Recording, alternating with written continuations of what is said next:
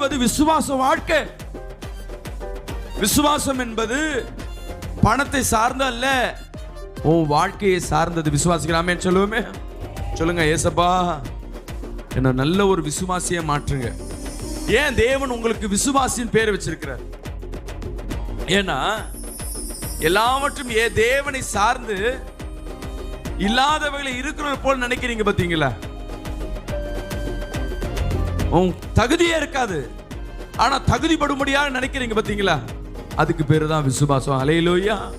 நிறைய பேர் சொல்லுவீங்க, கிருபை. தகுதி இல்லாத நம்ம தகுதிப்படுத்துறது. கிருபை என்றது தானா வரும். விசுவாசம் என்பது உனக்குள்ள உண்டாகும். விசுவாசிக்கலாமே சொல்லுவோமே. கிருபை என்பது தேவன் தானா கொடுக்கிறது.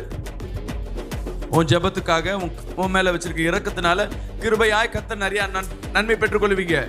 ஆனா விசுவாசம் என்பது தகுதி இல்லாத உன்னை தகுதிப்படுத்துவது.